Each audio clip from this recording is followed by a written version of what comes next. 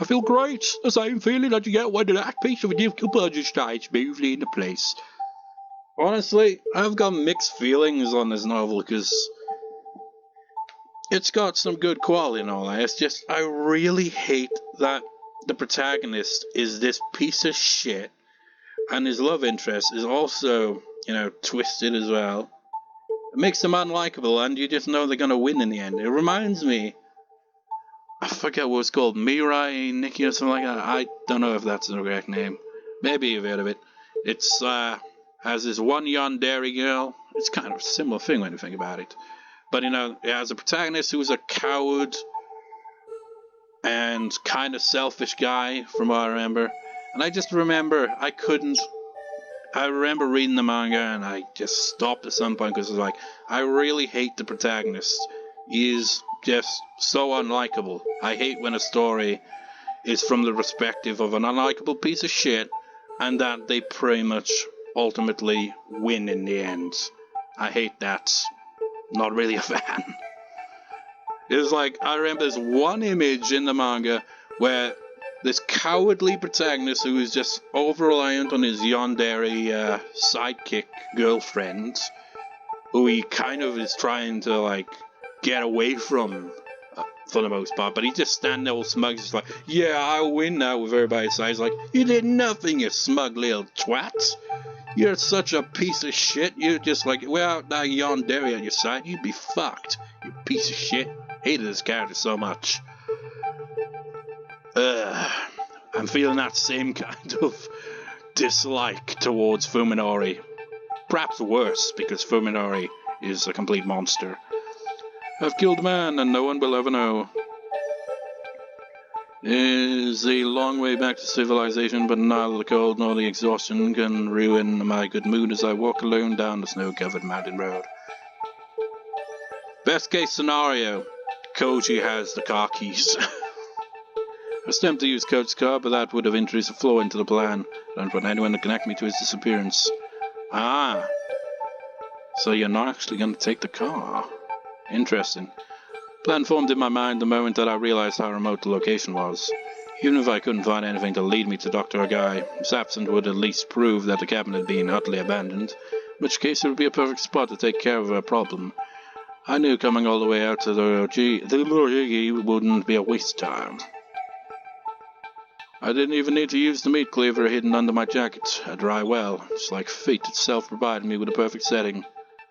Well, not really. It is potentially he could get out, and, his car's still there.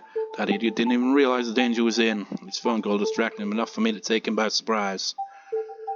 Now, one of the two people whose questions might have caused trouble for me inside has vanished from the face of the earth. All that's left is to eliminate the other. You're such a monster, Fuminori. Somebody should, put a bullet in your head. Scuba, yo. I mustn't underestimate her just because she's less aggressive than Koji. Even she should be able to see a connection between the experiences of her two friends. I've also noticed he hasn't caught on that his doctor now knows as well. So he's not even thinking that she might actually, be on his trail now. Suppose I should be thankful that it was Yo to whom Koji was talking on the phone. If he'd report our location to a third party, I'd have to track down and eliminate that person too. Guess he didn't hear him giving the call to, Tanbo then. I'm a little worried about what they were discussing, but judging by how Koji was screaming into the phone, they probably weren't exchanging detailed information. Either way, I'd better get rid of you as soon as possible. You heartless prick. After walking all night long, I finally reached the Nazo Flat stations just as the trains start running. It only takes an hour to get back to Tokyo on a limited express. It's not enough time to rest, but I am too wound up for that to matter. Besides, I don't want to waste any time thinking up a way to kill Yo.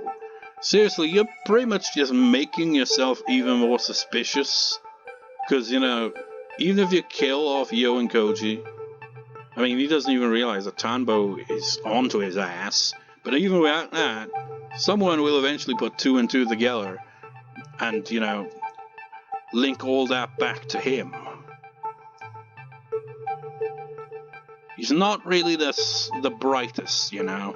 I don't think either him or Saya are particularly smart in how they're, you know, killing off characters like this. I mean, surely that's just gonna, you know, come back to haunt them in the end, but, of course... I mean, I can't even say, you know, because there's a Lovecraftian horror that, you know, they'll ultimately probably win in the end, because that's not necessarily how Lovecraftian horror works. Because, you know, Lovecraftian horror has that kind of, you know, incomprehensible madness to it, but it doesn't necessarily always end badly. I mean, some characters may get killed, but it usually doesn't end with the, you know, Eldritch Abomination winning in the end. It usually just ends with the Eldritch Abomination being put back to their deep sleep, and like Cthulhu or some shit. I think that's how Call of Cthulhu ends. Or, you know, you'd have stuff like the Dunwich Horror, I think it was called. You know, that one ended kind of not on a bad note necessarily, if I recall. You know, it doesn't always end with, you know, the Eldritch Abomination winning, is the point I'm trying to come across here. But I don't think that's going to be the case with this story. It doesn't feel like it's going to be going that way. Using the cabin again would be too dangerous, and I'm not sure how I'd get her out there in the first place. I'd exploded in her face the other day. Doubt that she'll be as quick to trust me as Koji was, which means that it will be difficult to get her alone. Could ask Saya for her opinion, but even I have some pride. I want to show her that I'm a man who can take care of business. You're not a man. You don't even deserve to be called a human. You have just disregarded all that makes you human. You're like an Eldritch Abomination yourself now, except without, you know, the look of an Eldritch Abomination. She's already kind of taken care of it for you, though. Unfortunately, I'm unable to come up with anything before I get home. I suppose that I should just be proud of having dealt with Koji, the immediate threat. Search for Dr. Agai's cabin was a bust with no trace of his having been there. But I see no reason to be frustrated. Sire isn't all that concerned about the doctor's whereabouts, so looking for him is just something to satisfy my own curiosity. Tadaima. This morning, half a day later than I normally get home, and the sound of Sire running down the stairs tells me just how impatient she was for my return. Makes me feel warm inside. Just hate you so much, Fuminori. Throws arms around my neck, her smile at least 20% brighter than usual. 遅くなってごめんな。いろいろ予定が変わったもんで。私の方ももうちょっとで準備が終わるとこ。準備? Sarah responds to my confusion with a mischievous smile. 文則をね、びっくりさせる準備。どういうこと？まだ内緒。それより文則疲れてるでしょ？お腹空いてる？それともお風呂？ I don't realize how hungry I am until Sai mentioned it. Walked all night without a bite to eat, and now my stomach's emptiness becomes painfully clear. However, I can't sit down to a leisurely meal while covered in the dirt and sweat of the road. Not like I'm married, you're eating human flesh these days, Fuminori, you fucking... I get really, like... Oh, I really hate him so much. 軽く何か口に入れて、それから風呂に入りたいな。温まるまでそう言うと思って沸かしてあるよ、お風呂。一晩中外にいたんだもんね。寒かったでしょ。ああ、そりゃもう。I'm amazed by Saya's foresight. She's already ready to give me what I want before I want it. Look how happy you look. Kill 大変だ that. ったんだ。Shoot him! Shoot him! Kill that motherfucker! He doesn't deserve happiness for what he's done! While I was soaking in the bath together, I told Saya about my adventure. 殺すのは思った以上に楽だったんだよ。ただ、帰り道がね。The heat of the bath is soothing, as is the sensation of Saya leaning back against my chest as she massages the fatigue out of my stiff leg muscles. I'm home, contentment fills me. I don't need sleep to relieve my exhaustion. Just like the living room and the bedroom, the bathroom is painted in the colours that Saya and I find pleasing. We've left the entrance and hallway untouched just in case someone should see inside. So these 3 rooms are the only places I can relax in my own home. この季節でも山の寒さは尋常じゃないね。 Should have froze to death. 薄着で行ったのは Piece of つくづく失敗だった。 I've got so much hate for this character. I can't stand to see his smug fucking face. 夜中あたりは投資するんじゃないかってヒヤヒヤしたよ。 I feel like, you know, like I said, I played through kind of visual novel called Deathmark. That'll be like a palate cleanser after this, honestly. そのコージって人の服も取り上げて重ね着してくればよかったのに。おいおい、コージは井戸に落としたんだってば。着てた服も井戸の底だよ。ああ、そっか。 Saya laughed at sticks, her tongue out bashfully. You're just as bad as each other, honestly. で、あと心配なのがつくばよって女の人。 Yeah, about that. コージが消えたのと僕のことを結びつけて考えそうなのはそいつ一人だけだからね。彼女の始末が終わったらやっと安心できるんだが。Saya glanced at me over her shoulder like she knows something that I don't. その人の殺し方、もう文則は考えてあるの？それがまだなんだ。いろいろと考えたんだけどね。だからサヤの知恵も借りようかと思ってさ。任せといて。 She says, grinning with unusual confidence. サヤはね、文則が想像もつかないような方法を知ってるよ。もう解決したも同然なんだから。そうか。さてと、もういい加減仕上がってる頃だし。 Saya's voice is full of anticipation. No, I said Yo's probably gonna be killed off in a cruel, unusual way. You know, it'd be horrifying. I was right on the money there, wasn't I? She rises from the bath. でよ、文則。見てほしいものがあるんだ。目をつぶって。私がいいって言うまで開いちゃダメ。うん。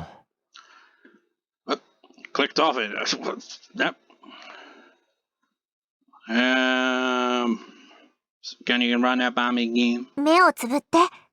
私がいいって言うまで開いちゃダメ。 There we go. Oh, god damn it, I did it again. Why do you pause? I mean, I don't need to listen to it all, but 目をつぶ still. って。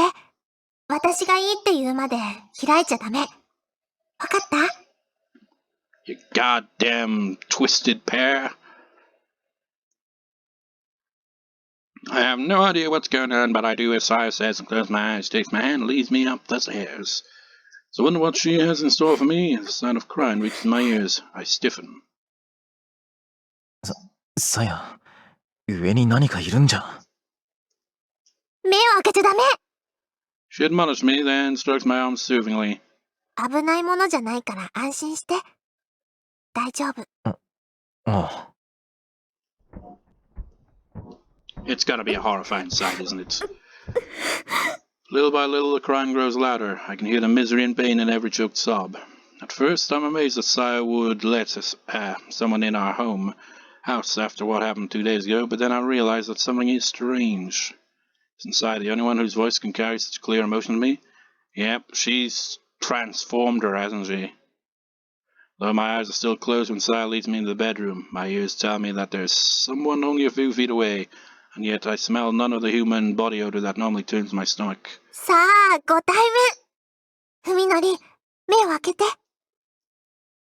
I have my eyes and I'm struck dumb by what I see. Scuba Yo is curled up on the floor with not a scrap of clothing to cover her shivering body.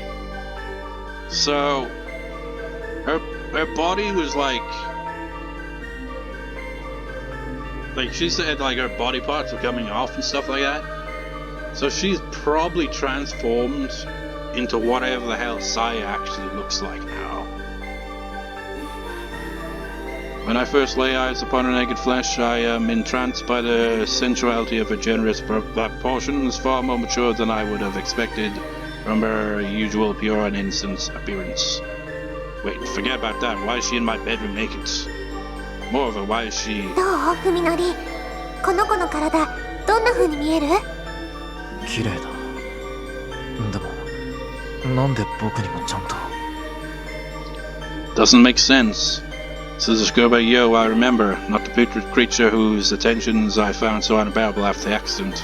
My senses recognize her as the human that she is. この子ね、Fuminoriのことが好きだったんだって。I do know, but I have never told Sire. How did you find out? だから私、この子の体を作り変えてあげたの。ちゃんとFuminoriにも可愛がってもらえるような姿に。Sire pauses to gauge my reaction, then continues with a satisfied nod. 私の同類にしてあげたの。How the hell? どうしてどうやって I still don't understand why Sire chose Yo, but this last statement is even more baffling. She changed Yo? ねえFuminori、おとといも言ったでしょ。私には他の生き物の体に細工ができるんだって。Yes, I remember. She claimed to have done something to Suzumi's brain. I didn't doubt her sincerity then, but I suppose that some part of me thought she was exaggerating, and seen her handiwork firsthand. But now... 隣のおじさんにしたような小細工じゃなくて、今回のは大掛かりな変換だったけど、でもこれが私の能力の本当の使い方なんだよ。実際にやってみたのはこれが初めてなんだけど。これが本当によ。Yo finally noticed my presence and turns her head to face me. I see a faint glimmer of recognition in her glassy, unfocused eyes. Her features are exactly as I remember them. Incredible. This is far beyond cosmetic surgery. Once a twisted creature unrecognizable as human, Yo is now the very image of human femininity. There's no similarity between what she was and what she is, which can only mean that she has become something utterly inhuman. Going to Sire, she has become what Sire is. 人か人目の生態構造についてはね、サヤはもうこの星で一番のエキスパートなの。Sire declares 大 her 勉強したからね。 full of pride for her first creation. 勉強って何を誰から学んだんだいつどうやって She couldn't have learned it from Dr. Agai. No teacher on Earth could impart such knowledge or skill. だって毎日Fuminoriに注ぎ込んでもらったじゃない。 Oh, 私の中に。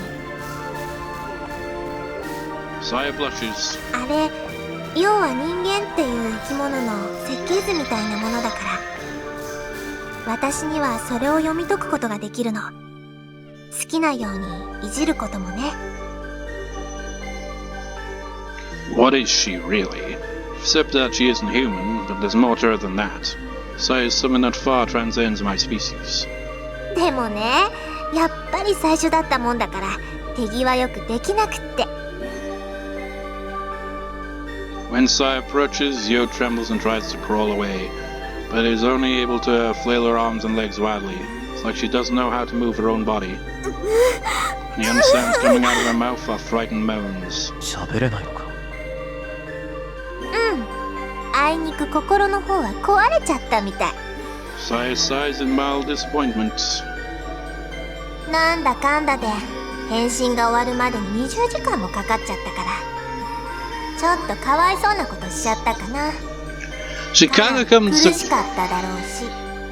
Sire kind of comes across like, you know, a bit of a psychotic surgeon that's like, whoops, well, that was unintentional, whoops, my bad. Yo looks up at me pleadingly as though begging me to save her. She's no longer able to ask me for help though, or even to call my name. で、どう？気に入ってくれた？ Sire asks, her eyes shining with anticipation. I'm at a loss for how to respond. って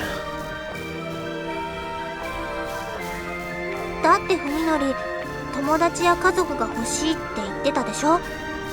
だからこれはサヤからのプレゼント。 Her innocent explanation only confuses me further. And that's the odd thing with Sire.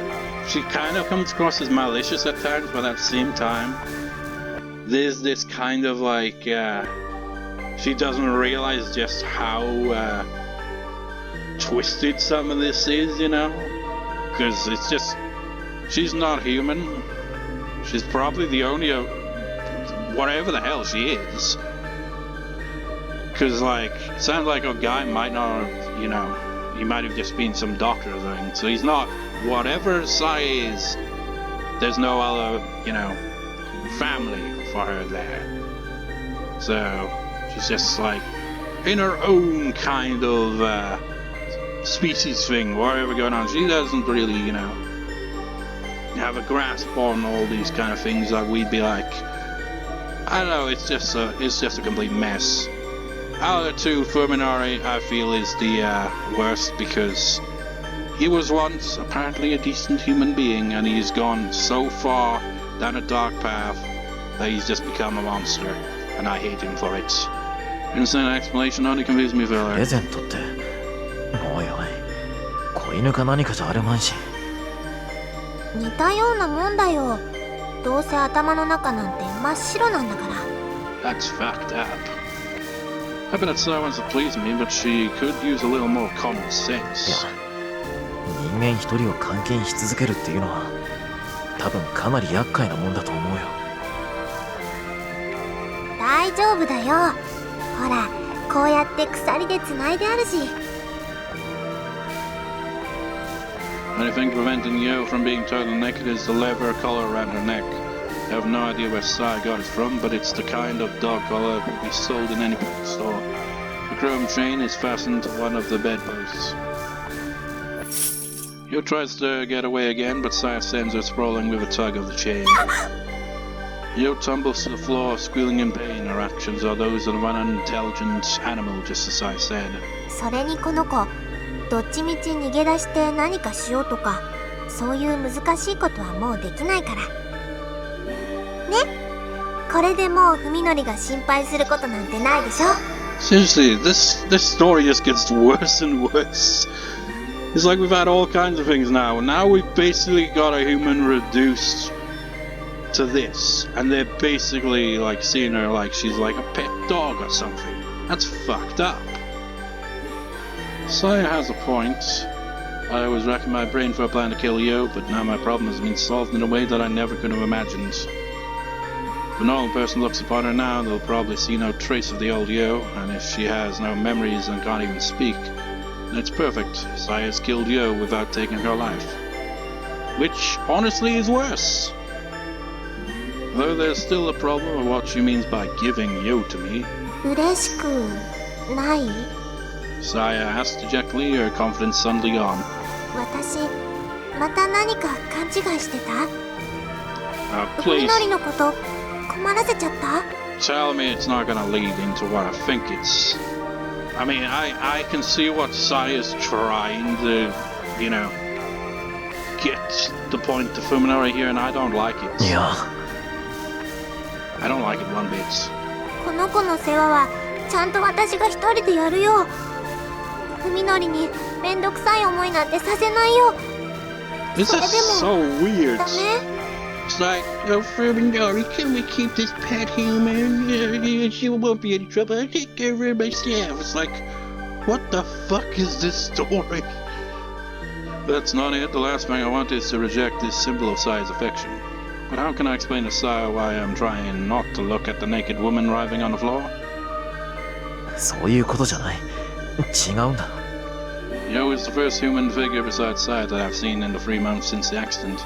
She's a woman possibly glowing with ultra feminine beauty. Of course I'm happy, but I also can't ignore the voice of reason that's telling me not to be. You actually have a voice of reason left over? I'm surprised. 嬉しいよ。嬉しいんだけど、素直に喜んでいいのかどうか。さやのことを思うとさ。Saya looks puzzled as though she has absolutely no idea what I'm getting at. だってほら、この子だって女の子だからさ。僕がさやの他に別の女の子と一緒に暮らすっていうのは嫌じゃないのか。 After considering this briefly, Saya finally seems to understand what I'm trying to say. そんな、Fuminoriって考えすぎだよ。 Maybe I'm worrying too much. Although I'm pretty sure that I'm just showing the consideration that any man who's sworn his love to a woman should show. Maybe Saya doesn't understand that a man faced with a woman's naked body can't help but react regardless of his feelings. おかしい。本当に優しいんだね、みのりって。He's not kind. He's a monster. そうか。 He may be, you know, nice to you, but he's become an absolute monster to everyone else. この子はね、ふみのりのことを喜ばすためだけにさやが用意したの。ふみのりがこの子のこと好きになってこの子と過ごすのを楽しいって思うようになってくれたら、それだけさやも嬉しいんだよ。それ遠慮するようなことじゃないよ。こう言っちゃなんだが。I struggle to find the right words to express my true feelings. 男ってそのものすごく下劣な生き物だから。ほら、陽の体ってさやの裸とはまた全然違う特徴があるだろう。これってさやのこと好きだって思う気持ちとは全然別のところで、そのかなり気をそそられるってのが。With each word that I squeeze from my lips, Saya's grin grows wider and wider, till finally she starts shaking with laughter. わかるわかる。ふみのりは男の子だからそれでいいの。正常な本能だよ。Saya exclaims jovially, patting my shoulder with one hand and wiping tears from her eyes with the other. いいのか。 I ask again as though trying to force her to say no. Saya answers me with a smile whose like I have never seen before. It's an interesting expression you got there. It is calm, so terribly calm.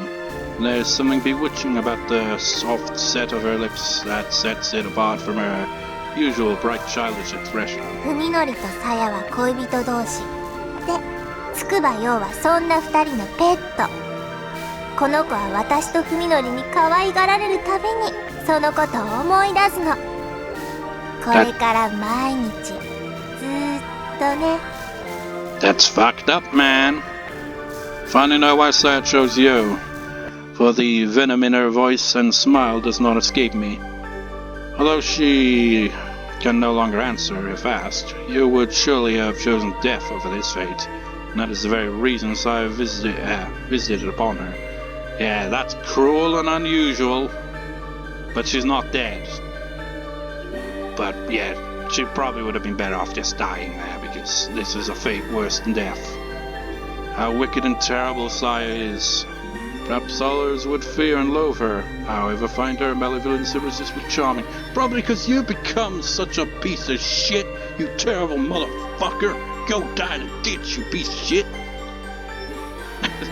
This Let's Play is just descending into me just shit-talking Fuminori for being a piece of shit.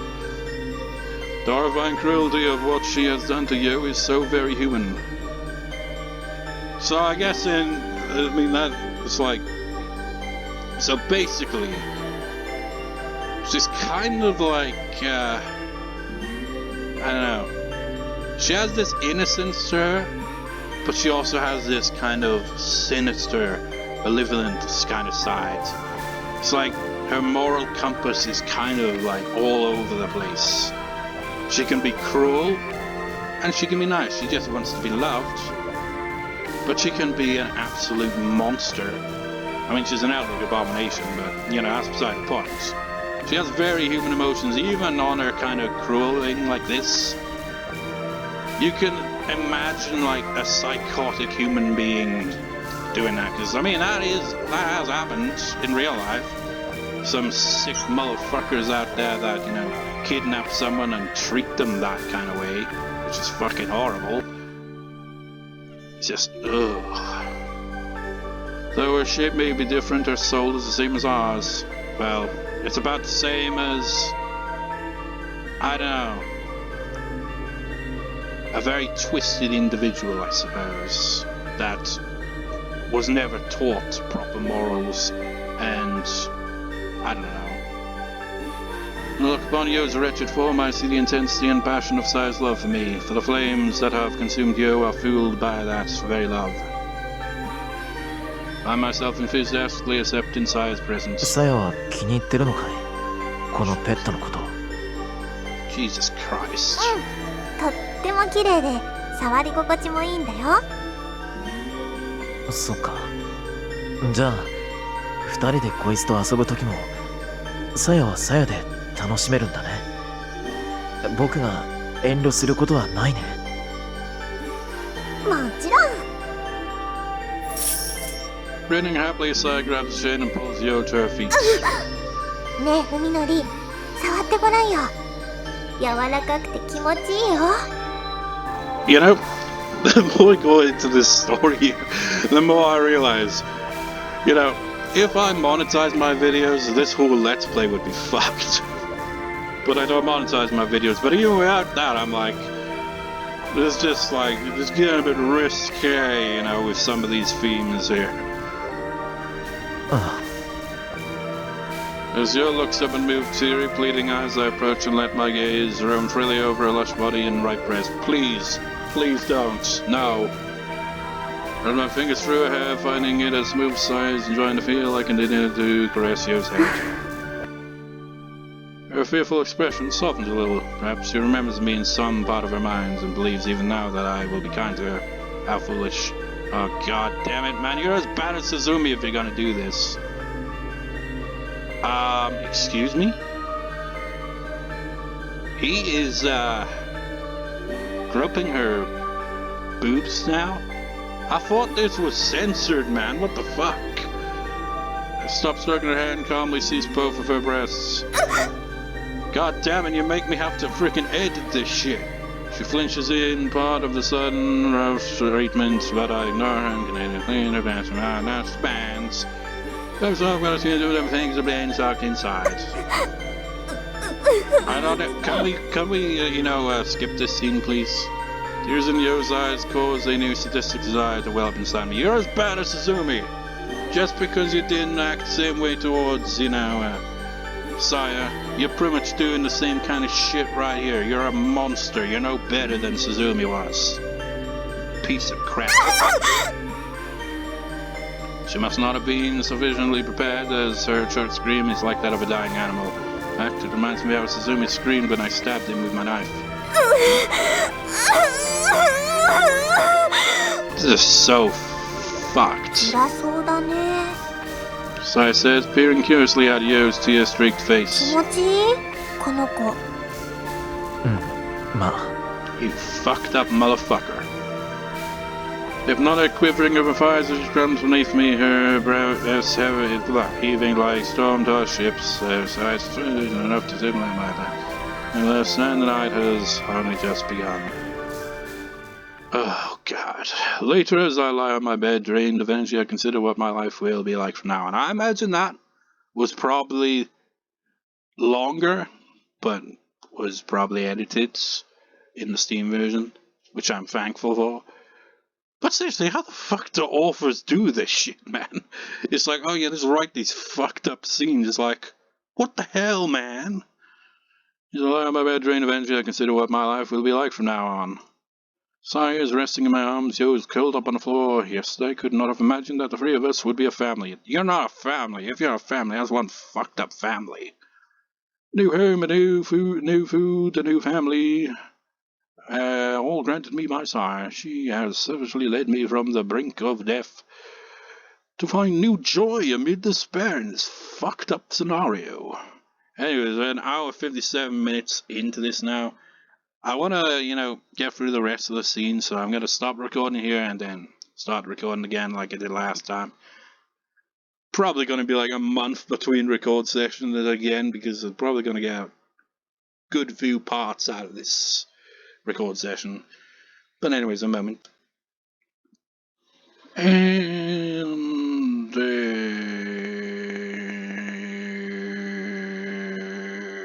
we're back. Just have to get that out of the way there. Because, you know, the record software just, like, pain in the ass to get it out of the way of the screen. Anyways, let's continue on with this madness. And I, too, have changed. I've killed 2 people with my own hands and made a third my mindless slave, yet despite all that I have done, I am still unable to sleep peacefully. Oh. It's just like, oh, he's killed Suzumi. He claims he's killed Koji, but we haven't got a confirmed death on that. There's a potential he may somehow manage to find a way out of that well. And, produced a woman to basically a dog and a mindless slave. And he can't sleep. Oh, my heart grieves for you, you fucking piece of shit. It's just like, I keep saying it, but man, just me hurling insults at the protagonist, that's what this LP has descended into. Without a doubt, I am no longer the Sakisaka Fuminori I once was. You haven't been the same Sakinaga Fuminori since the beginning. The story was not from his original perspective, because he was fucked up the moment this story began. How far will Saya take me? What will I become? I feel somewhat unsure, though not discouraged, about the unknown world into which we are heading, and so, while playing with Saya's hair, I ask, 君は一体何者なんだい? I don't expect an answer. Saya's asleep or doesn't want to respond, I won't mind. Saya lifts her head, however, and draws my gaze into the deep pools of her う eyes. まく言葉では説明しにくいんだけどね。 She thinks for a while, searching for the right words, then says simply, タンポポって花があるよね。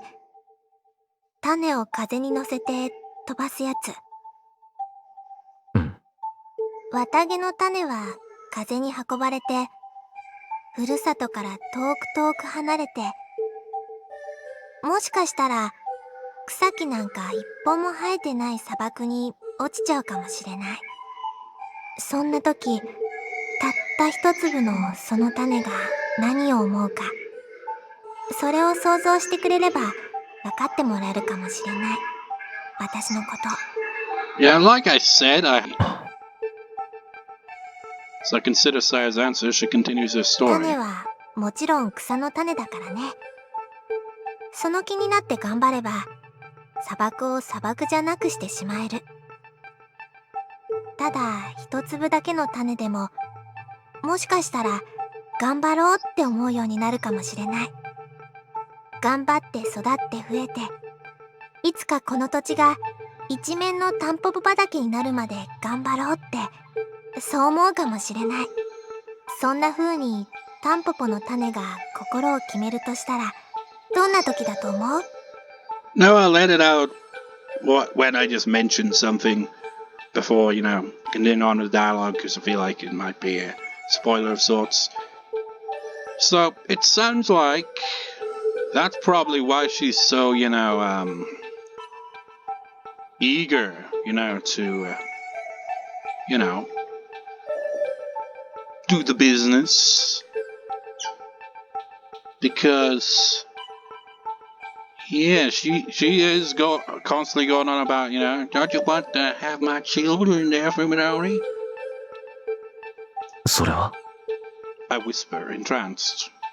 Saya smiles softly and caresses my cheek. それはね、その砂漠にたった一人だけでも花を愛してくれる人がいるって知ったとき、タンポポの花は綺麗だねって種に話しかけてくれたとき。 So, could it be a case of Saya is like some kind of alien? I don't know. That somehow ended up stranded on Earth, and she wants to, populate Earth with more of her, species. The loving touch of her slender fingers fills me with peace and joy. あなたのこと大好き。 I pull her into my chest, nodding ずっ silently. とそばにいて。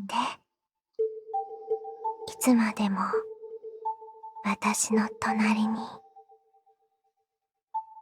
ああ、もちろん。 Bask in the soft warmth of our love, Virgilla, we sink into the oblivion of sleep.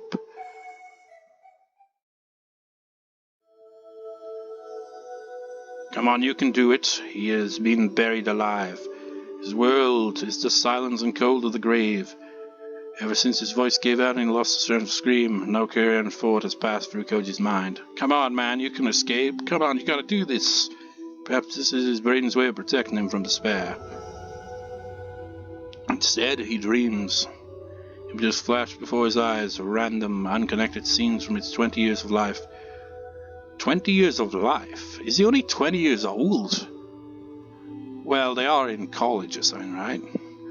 Not all are happy times, there are sad, painful memories as well, but even these are pleasantly warm compared to the death that is now encroaching upon him. He dreams of mountains.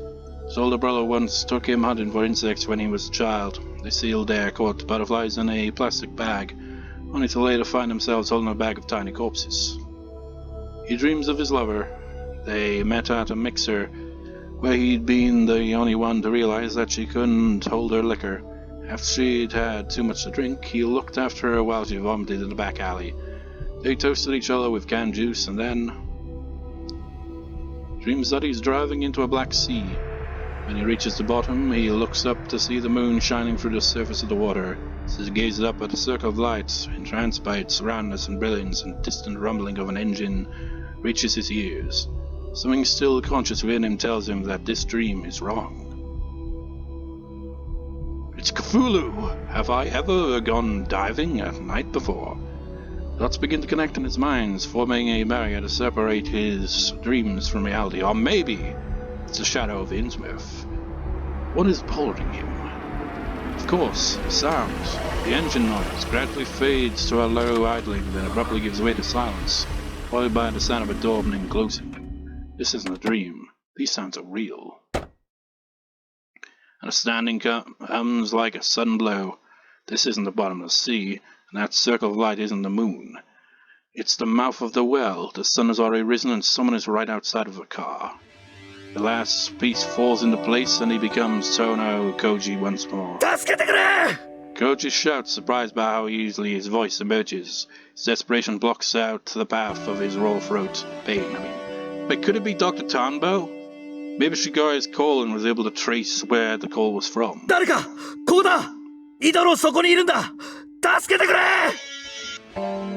Keeps screaming with all his might. Soon the echoes in the cramped well begin deafening, and he's no longer certain if his screams have meaning or if he is just howling wordlessly.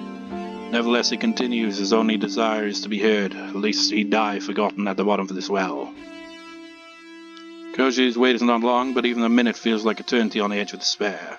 Soon the circle of light above him is partially eclipsed by the silhouette of a person staring down into the well. I knew it! A woman's voice. Koji has heard it somewhere before, but for some reason cannot remember to whom it belongs. It's a good thing he called her, even though she wasn't there to answer him.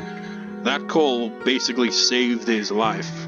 Oh yeah, I remember now, because he pretty much mentioned in his message to her where he had gone, so she'd know. So that basically saved his life there. If he hadn't have done that and, had been pushed in before that, he would have been fucked. Silhouette vanishes, restoring the light to a perfect circle. Fear of being left alone again threatens to send Koji into a panic, but his reason has recovered enough to resist. She said she's going to get me out. I haven't been abandoned. When waiting, he gingerly tests his body, which he had forgotten all about until now.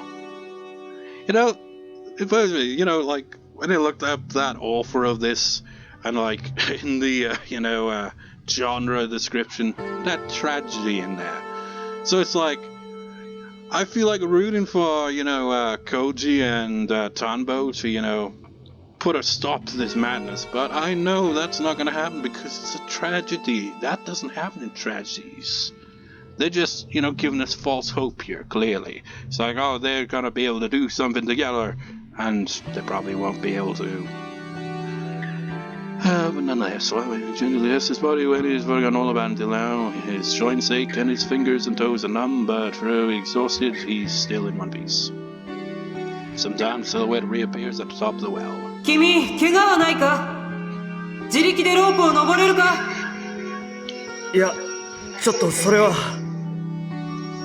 Koji lacks the confidence to attempt such a feat. His frozen fingers can barely move.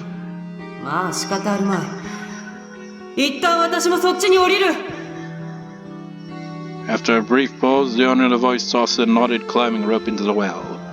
Grabs the rope as soon as it reaches him, the rough threads bite into his palm, and relief nearly overwhelms him at the sensation. This is really happening. He's really safe. Now that he's free from despair, questions leap to the forefront of his mind. First among them, who is his savior? I mean, it's kinda obvious. The rope shakes as the woman climbs carefully down, a beam from the floodlight slung over her shoulder, pushing back the shadow cast by her body. Soon she is standing in the same mud as Koji, and he finds himself face to face with... 先生